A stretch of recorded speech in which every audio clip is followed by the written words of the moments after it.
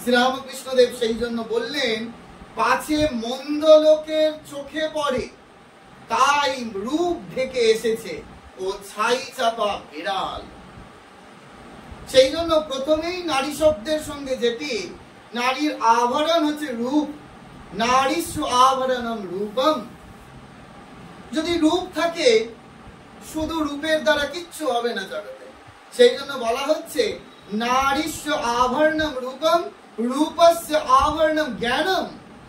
যদি আমার প্রচুর রূপ থাকে, পলাশ ফুল দেখতে খুব সুন্দর, কিন্তু তার গন্ধ নাই, তাই জন্য তার আদরও নাই, কোনো পূজায় কাজে লাগছে না, কোনো কিছুতে কাজে লাগে না। বলা হচ্ছে রূপ যৌবন সম্পন্না। আমার প্রচুর রূপ যৌবন আছে, কিন্তু বিদ্যাহীন ন শোভন্তে। যদি আমার বিদ্যা না থাকে, জ্ঞান না থাকে, তাহলে আমার সেই রূপ কখনো শোভা পাবে না। সেই জন্য বলা হচ্ছে রূপস্য আভরণম জ্ঞানম। আমার প্রচুর জ্ঞান হলো, আমি প্রচুর শিক্ষিত হলাম, কিন্তু আমার মধ্যে দয়া নাই, ধৈর্য নাই, ক্ষমা নাই, কোনো গুণ নাই, তাহলে ওই জ্ঞানের কোনো মর্যাদা নাই। সেই জন্য জ্ঞানস্য আভরণম গুণম। শুধু জ্ঞান হলেই হবে না, আমার মধ্যে গুণ থাকতে হবে।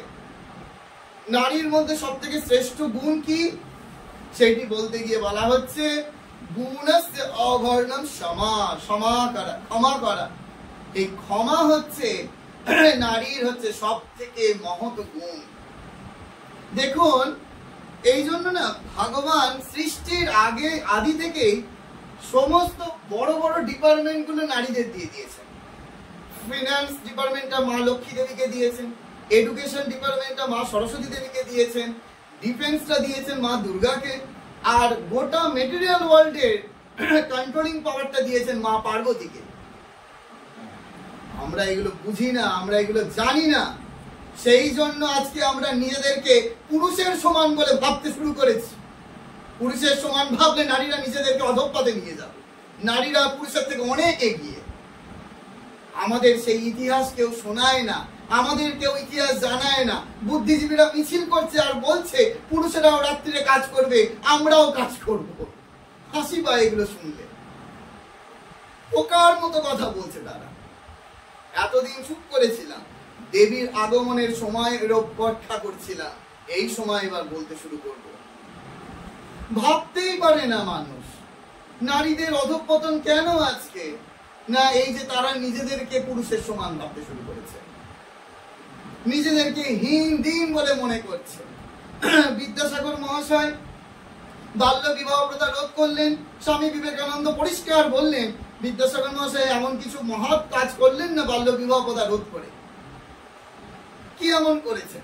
স্বামী বিবেকানন্দ বললেন বাল্য বিবাহ প্রথা রোধ করার থেকে যদি নারীদের শিক্ষার আলোয় আলোকিত করা যায়, তাহলে তারাই নিজেরা ঠিক করবে তাদের কি করা উচিত, কি করা উচিত না। তাহলে আপনারা বলবেন, তাহলে বিদ্যাসাগর মহাশয় যে 26টা নারী শিক্ষার জন্য স্কুল তৈরি করলেন, তাহলে সেটা কি? সেটা তো তিনি করলেন পাশ্চাত্যের ধাঁচে, পাশ্চাত্যের শিক্ষায়, তারই তো আজকের এই পরিণাম। কিন্তু বিবেকানন্দ নারী শিক্ষা সম্বন্ধে কি বলেছেন সেটা শোনাই। বিবেকানন্দ বললেন নারীরা শিক্ষিত হবে, এই বিষয়ে কোনো সন্দেহ নেই, বা এই বিষয়ে কোনো ভাবনাও নেই, কিন্তু পবিত্রতাকে বিসর্জন দিয়ে নয়। এইটা মনে রাখতেই হবে আমাদেরকে। পবিত্রতা বিসর্জন দিয়ে যদি আমরা ওই পাশ্চাত্য ধাঁচের শিক্ষায় শিক্ষিত হয়ে ছোট ছোট মিনিস্কার্ট পরে আমরা স্কুল যাওয়ার অভ্যেস করি, তাহলে ওই নারীস্ব আভরণম রূপম হয়েই থাকবে। সেখানে শাড়ি পরেই স্কুলের ড্রেস করতে হবে প্রত্যেকটা স্কুলের, বালিকা বিদ্যালয়গুলি, যেমনটি আমাদের নিবেদিতা স্কুলে আছে। আমরা সেই দিকে নজর দেব না, আমরা শুধু মোমবাতি নিয়ে মিছিল করতে পারি, কিচ্ছু হবে না। সেই জন্য এই হচ্ছে নারী শক্তির পূজা, নারী শক্তির মর্যাদা। কি করে আমরা লাভ করব না, এই যে ভগবান সৃষ্টির আদি থেকে আমাদেরকে এই নারীর প্রতি সম্মান, নারীর প্রতি মর্যাদা দিতে আমাদেরকে শিখিয়েছেন। কিরকম নারীর প্রতি সম্মান দেখুন, আপনারা খুব ভালো করে জানেন, যারা বিবাহিত পুরুষ আছেন, সেই বিবাহের সময় যখন নিজের গৃহ থেকে বার হয়, তখন ওই গর্ভধারিণী মাকে বলে যেতে হয় যে আমি তোমার জন্য দাসী আনতে যাচ্ছি। শ্রীরামকৃষ্ণদেবও গেছিলেন জয়রামবাটিতে বিবাহ করতে। শ্রীরামকৃষ্ণদেব কি বলেছেন সেটা শোনাই। শ্রীরামকৃষ্ণদেব বললেন চন্দ্রামণি দেবীকে, আমি তোমার জন্য তোমার ঘরের লক্ষ্মী আনতে যাচ্ছি। কখনো বললেন না যে তোমার জন্য দাসী আনতে যাচ্ছি। এই হচ্ছে শ্রীরামকৃষ্ণদেব প্রথম থেকে মাকে এত সম্মান জানাচ্ছেন, নারী জাতির প্রতি এত মর্যাদা পোষণ করছেন। একবার শ্রীরামকৃষ্ণদেব আর রাখাল মহারাজ এসছেন কলকাতা থেকে, ভক্ত বাড়িতে গেছেন, সেখানে কিছু খাবার জোটেনি, এসেই নহবতে গেছেন। নহবতে গিয়ে দেখছেন মা সব গুছিয়ে টুছিয়ে, জানে ঠাকুর খেয়েই ফিরবে, মা গুছিয়ে টুছিয়ে বিশ্রাম নিচ্ছেন। ঠাকুরকে জিজ্ঞেস করলেন, ঠাকুর তুমি খেয়েছো, তোমরা খেয়েছো?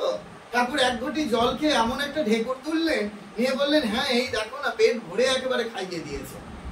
নিয়ে রাখাল মহারাজকে ধরে টানতে টানতে ঘর থেকে নিয়ে চলে গেলেন, বাইরে চলে। মা শুয়ে পড়লেন। রাখাল মহারাজ তখন জিজ্ঞেস করছেন ঠাকুরকে, এটা কি হলো ঠাকুর, ওখানে তো আমরা কিছু খাইনি। তখন ঠাকুর রাখাল মহারাজকে বলছেন যে দেখ, রাখাল মহারাজের স্ত্রী ছিলেন কিনা, রাখাল মহারাজকে ঠাকুর শেখাচ্ছেন, দেখ ওদেরকে শুধু দাসী ভাবিসনি। আমি যদি এক্ষুনি বলতুম যে আমি খেয়ে আসিনি, তাহলে তোর মা এক্ষুনি পঞ্চব্যঞ্জন রাঁধতে বসত, আমি তো খেয়ে বিশ্রামে চলে যেতাম, কিন্তু ওর বিশ্রামের ব্যাঘাত ঘটত। কি সম্মান দিচ্ছেন দেখুন। আর আমরা ঘরে কি করি, একটু খাবার দেরি হলেই একবারে মুখ গরম হয়ে যাচ্ছে, কেন চান করে উঠে খাবারটা পেলাম না।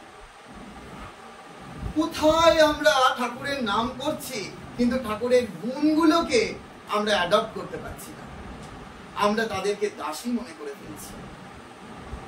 ওটা এমন, এখন বলবেন যে না আমরা তো মনে করি না, আপনার কাজটাই আপনার আচরণের প্রকাশ হয়ে যাচ্ছে।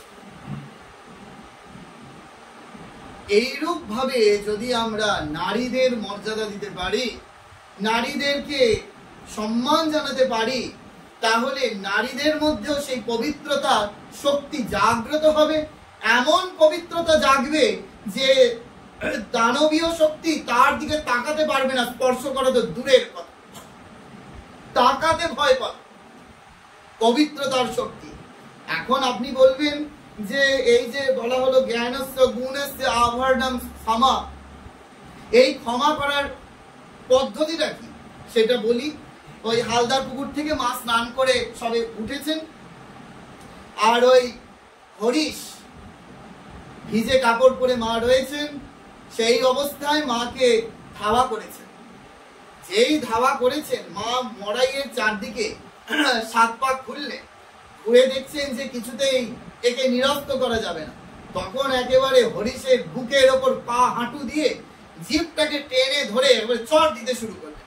বগলার রূপ দেখেছেন কখনো? বগলার ছবি দেখবেন, সেই দেবী বগলা অসুরের ওপর বুকে হাঁটু দিয়ে ওই জিভ টেনে একেবারে চড় দিচ্ছে। আপনারা যদি কখনো করেন, ওই বলে আমাদের বেলুড় মঠে মায়ের মন্দিরে যান, দেখবেন মায়ের মন্দিরের উপরে একটা মূর্তি আছে, শিলা মূর্তি আছে কালো রঙের, সেইখানে সেটি বগলা। তো সেই মা একেবারে সাক্ষাৎ বগলার রূপ ধারণ করলেন, একেবারে জিভ টেনে ধরে চড় দিতে শুরু করলেন। যখন দেখলেন যে এইরূপ অবস্থায় সে একেবারে নিরস্ত পরাজিত, তখন তাকে ক্ষমা করে দিলেন। ক্ষমা সেই করতে পারে যার শাস্তি দেওয়ার অধিকার আছে।